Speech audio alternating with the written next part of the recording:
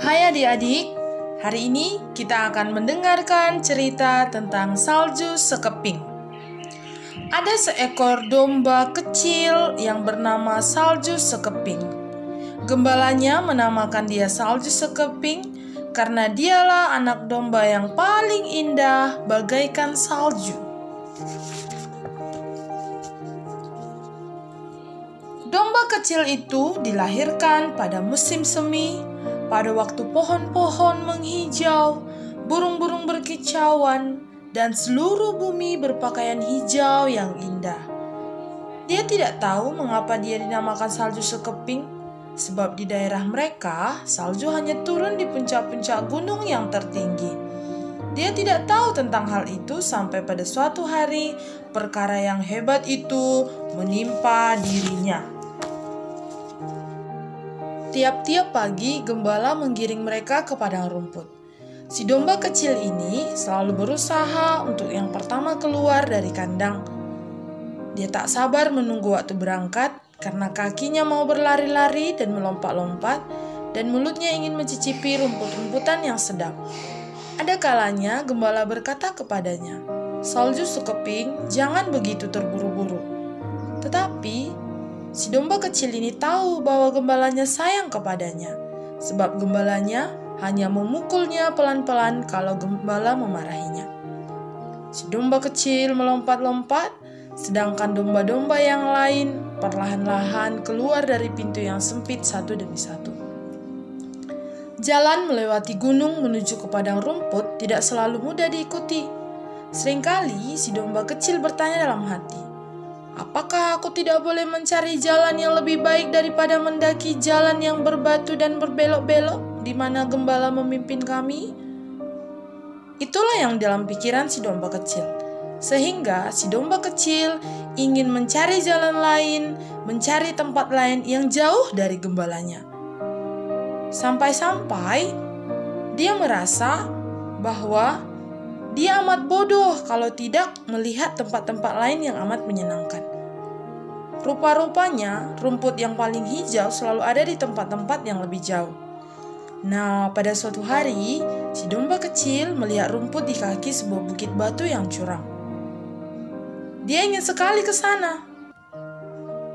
Dia tahu bahwa dia dapat melompat ke bawah dengan kakinya yang tangkas dan kemudian naik kembali. Tetapi, aduh, kakinya tersangkut di antara dua buah batu. Dia merasa berterima kasih waktu gembala datang dengan tongkat panjang yang bengkok ujungnya, lalu mengaitkannya pada lehernya dan menariknya ke atas. Sekali peristiwa selagi mereka bersenang-senang, datanglah seekor binatang buas, yaitu seekor harimau. Dengan diam-diam ia keluar dari dalam hutan.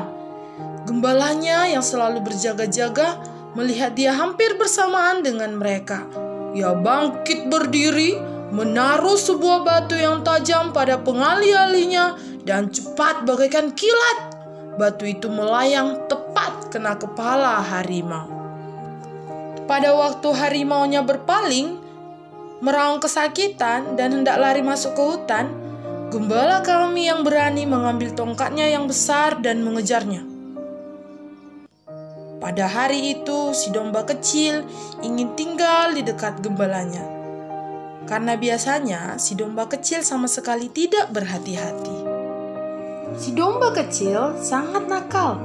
Dia sangat suka mendahului domba-domba yang lain supaya mendapatkan rumput yang lembut sebelum mereka tiba. Seringkali gembala marah kepadanya karena berlari terlalu jauh mendahului sehingga ia tidak melihat kemana si domba kecil pergi. Lalu si gembala memanggil si domba kecil, dan si domba kecil paling tidak suka berbalik bila mendengar suara gembalanya memanggil, "Salju Sekeping! Salju Sekeping!" Si domba kecil ini mau menuruti kemauannya.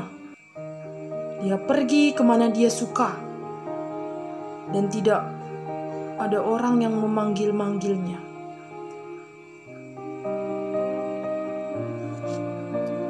Karena kenakalannya, suatu hari si domba kecil tidak dapat pulang. Dia sudah terlalu jauh dari kumpulannya. Dia sudah jauh dari gembalanya. Cuaca makin dingin. Musim dingin tiba di negerinya. Dia pikir dia sudah dewasa dan sudah menjadi domba besar. Dia pikir dia sudah hebat. Dia bisa melalui segala sesuatunya. Yang dia pikir semua sangat gampang. Ternyata tidak. Cuaca yang terang, matahari yang cerah, tiba-tiba berubah. Dia yang begitu penuh semangat hidup, tiba-tiba berubah. Si gembala yang selalu memantau si domba kecil berkata kepada si domba, "Hati-hati salju sekeping. Rupa-rupanya kamu punya niat yang jelek. Kamu harus tinggal dekat domba-domba lain karena hari ini cuaca buruk." Itulah kata gembala kepada si domba kecil. Lalu si domba kecil berpikir, benar juga. Si domba kecil punya niat jelek karena dia tidak mau diperlakukan seperti domba kecil lagi. Si domba kecil akan bersenang-senang hari ini sebelum musim dingin benar-benar tiba, seperti yang sudah diceritakan ibunya kepadanya. Di mana-mana, si domba kecil ini selalu punya pikiran bodoh. Dia selalu punya pemikiran yang jelek. Dalam pelukan ibunya, dia berpikir, "Saya akan menunjukkan kepada domba-domba tua yang bodoh itu bahwa saya bisa hidup bersenang-senang." Si domba kecil selalu merasa hebat. Si domba kecil selalu merasa dia tidak kecil, tapi dia sudah besar. Dia bisa mengatur hidupnya. Dia bisa berjalan tanpa gembala dan tanpa kumpulannya. Pada saat itu juga, si domba kecil berpikir akan mencari padang rumput untuk dirinya sendiri. Dia bermain-main terus dan tak selalu makan terus. Sampai ibunya dan gembala menoleh ke arah lain. Lalu pelan-pelan dan diam-diam, si domba kecil berlari ke belakang, ke sebuah batu besar yang tak begitu jauh dari situ. Ketika dia sudah berjalan jauh, dia makin senang karena memang dia melihat, wah, rumput yang indah, yang lebih hijau dan segar daripada rumput di tempat kami berada di bawah si gembala. Dia berpikir akan berpesta sendirian di sana. Tetapi dalam perjalanannya, tiba-tiba ketika dia melihat ke atas, matahari yang terang benderang sudah terbenam. Awan-awan gelap menyebabkan hari kelihatan seperti sudah sore. Angin segera musim dingin pasti akan datang. Lalu melihat itu, dia berpikir dia harus kembali ke tempat di mana kumpulannya dan gembalanya berada. Ketika dia berjalan pulang, dia tidak tahu lagi melalui jalan mana dia boleh kembali kepada domba-domba dan gembalanya. Tanpa dia sadari, ternyata dia sudah sangat jauh dari domba-domba yang lain dan gembala. Kesenangan si domba kecil segera lenyap. Karena semua yang terjadi tidak seperti yang dia bayangkan. Si domba kecil mulai ketakutan dan dia mulai mengembik. "Mbek, mbek." Dan dengan suara penuh ketakutan dan kebimbangan dan berharap bahwa gembalanya akan mendengarnya. Dengan penuh ketakutan dia mencoba pulang. Dia melompat dan tiba-tiba tergelincir di batu-batu. Mawar hutan yang berduri tajam mengait bulunya yang putih serta mencabutnya. Cabang-cabangnya melukai muka si domba kecil ketika dia berjalan lalu, seolah-olah hendak menahan si domba kecil itu semalam-malam di situ. Karena ketakutan, dia berjalan semakin cepat. Tiba-tiba dia tergelincir di pinggir sebuah batu besar dan jatuh di tengah-tengah belukar yang berduri.